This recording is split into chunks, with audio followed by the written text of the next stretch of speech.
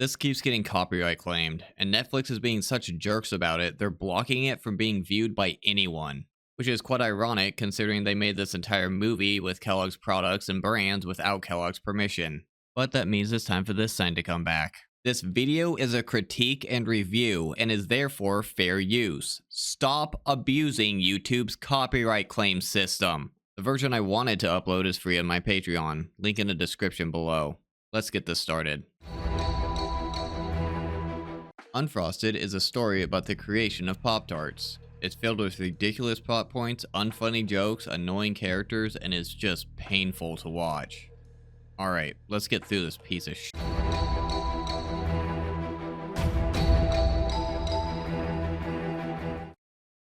It starts off with this kid who's apparently running away, and he gets some Pop-Tarts from a restaurant with how they were invented on the box and sits next to Jerry Seinfeld. You want to know the real story? Nope. This 8-year-old might be the smartest character in this, but Jerry tells him anyway. Basically, Battle Creek, Michigan has the headquarters of Kellogg's and Post across the street from each other. That's all you really need to know, the rest doesn't matter. Bob Cabana works at Kellogg with Edsel Kellogg and this stupid butt thing that won't be used later. Bob's shooting a Frosted Flakes commercial. Kellogg Sugar Frosted Flakes. They're so right. Ha, get it? Because that's not what the slogan is. We've got the best cereal writers in the business. They're great, just great. There, that's better. We're not even 5 minutes in and I'm already annoyed. Then we learn what a piece of crap Bob really is. Okay, just double the sugar, triple the gluten, and spell fruit, F-R-O-O-T. There's no fruit in here. Mr. Cabana, Ah, boys. we're tired of doing supermarket appearances. Yeah, we're catching on. We want more. More? Here's more. Would you like to split your paycheck 4 ways with Boing? Because I can replace this whole act! Like that. So he's an asshole to everyone. Is that supposed to be funny? Then there's some award ceremony where they introduce Marjorie Post, the owner of Post. It doesn't matter, it's all just a waste of time. We're not even 10 minutes into this movie and I hate it. Anyway, the next day Bob sees some kids go into a dumpster, so he decides to see what they're doing. Are you kids okay? We come here for this. It's garbage. Is it? Or is it some hot fruit lightning the man doesn't want you to have? Holy shit, that line read.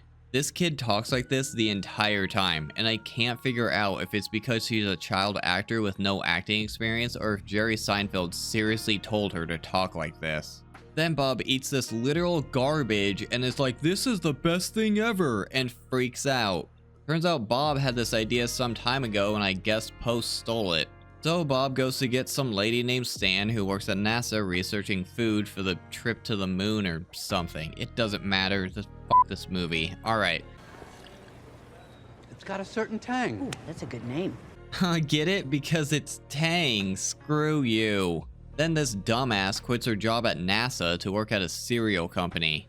Meanwhile, Post has these kids try her breakfast toaster things. I can't believe I'm saying this, but this is even better than what's in the dumpster. See? Every line she says. Anyway, before the Kellogg people start working on their breakfast toaster thing, we're subjected to this weird cereal eating fetish thing. I don't even know what to say about this. Is it supposed to be funny? What the hell is going on? This got nominated for an Emmy for Outstanding Television Movie, by the way. Now I guess they're gonna do some stupid NASA thing for their breakfast product with these people who have nothing to do with anything in a supercomputer, because I guess that's funny. Now these milkmen, God, this is so stupid. These milkmen are part of some mafia or something and are mad about a breakfast thing that doesn't need milk. And the Kellogg's people start working with a bunch of unfunny adult-oriented jokes. At this point, I want to remind you, he's telling this story to an 8-year-old. Then Post has a meeting where she brags about her invention. So Bob gets an idea to go buy all the sugar in Puerto Rico. Yes, my special white powder gets a grip on you, no? Are they doing a cocaine thing? He has this guy killed, so I guess they are. Is this supposed to be funny? He's telling this story to an 8-year-old. Post can't get any sugar now, so she's pissed and murders her assistant. And since none of these people have anything to do with food, they just made a bunch of crap that doesn't matter. Except for these two. Oh, fatto ravioli desi, monkey! I said strawberries. You fool. Uh-oh.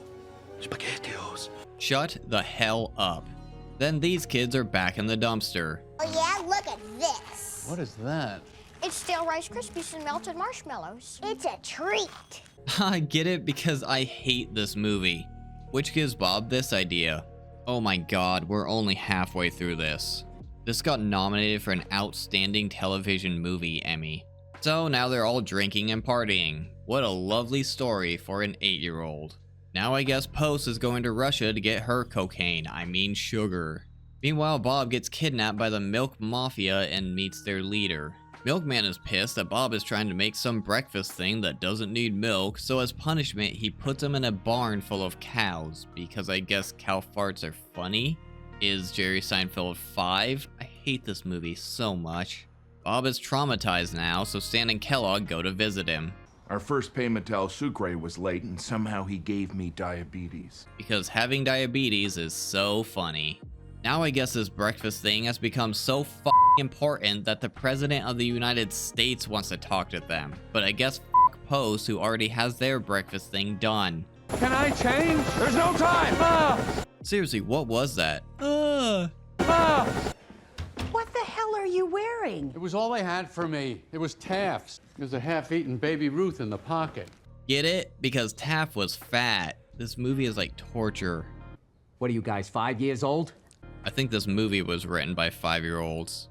Meanwhile, at some bar, one of the milkmen convinces Tony the Tiger to rise up against Kellogg's. I don't know why. I've completely stopped paying attention at this point. Bob and his team are ready to test their breakfast invention, and they're doing this whole NASA nuclear testing thing that's dumb as hell. What a surprise! It works. But then the tube of this guy's oxygen tank, which I don't even know why the hell it's on here, pops off and causes an explosion. There's nothing left. Wait, over there, what's that? It's me, Chuck. Steve blew up. He's dead? That's the joke. He's dead. And that's supposed to be funny. How is that funny? He's telling this to an 8-year-old. Then they have a funeral that's more disrespectful than anything, since they have these mascots do some ceremony where they pour cereal and this crappy CGI milk into his grave, while his wife looks horrified. Then they yell in her face, and she finally gets so disgusted with the whole thing that she leaves. This whole thing is supposed to be funny, but it comes off as if it was made by a psychopath.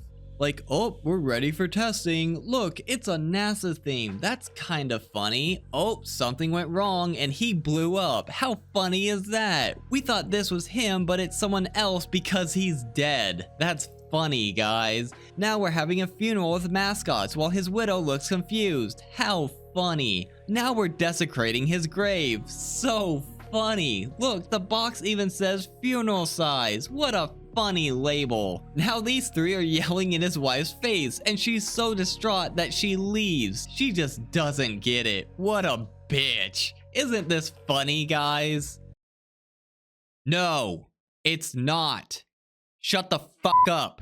This got an Emmy nomination for Outstanding Television Movie. The voting committee for the Emmys felt this was an outstanding television movie. Just think about that for a second. Look, there. The milkmen, Russians, and the Sucre boys. Are they so lazy they had two groups stand in the same place? Whatever, the mascots are striking, so Bob needs a name for the invention, so they get these annoying kids to help. I know how to talk to kids. We need to know the damn pectin content or I'll murder your family, your friends, I'll drown your grandmother! Ha, child abuse is so funny. What the hell is wrong with Jerry Seinfeld?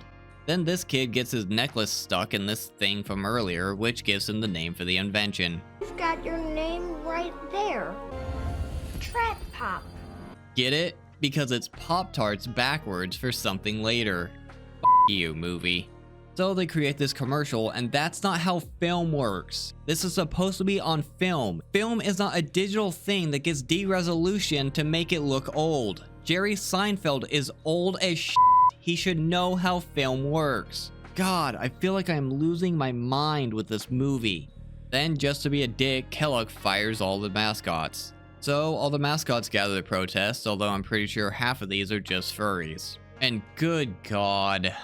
If you know what they're doing, good for you. If not, consider yourself lucky. Does Jerry Seinfeld know what subtlety is? Meanwhile, Bob and Kellogg are trying to get their trap pop certified by the FDA. Then the mascots break into the Kellogg building. So it forcibly gets approved and the mascots just leave. So there was no point to that. For plot reasons, a news anchor is using silly putty on the trap pop announcement. And he's not even hitting the putty. Were they really so concerned with him actually hitting the putty? What the hell? A violent mob of beloved cereal mascots attacking their own company over a new product. A product called the Pop-Tart. You, movie. So they decide screw it and go with that. I guess everybody bought the damn Pop-Tarts and not a single person bought the post things, because that's how that works. I don't care. Thank God this piece of shit is over. This was the longest hour and 20 minutes of my life. There was not a single thing in this that made me even want to laugh. It's just one unfunny joke after another.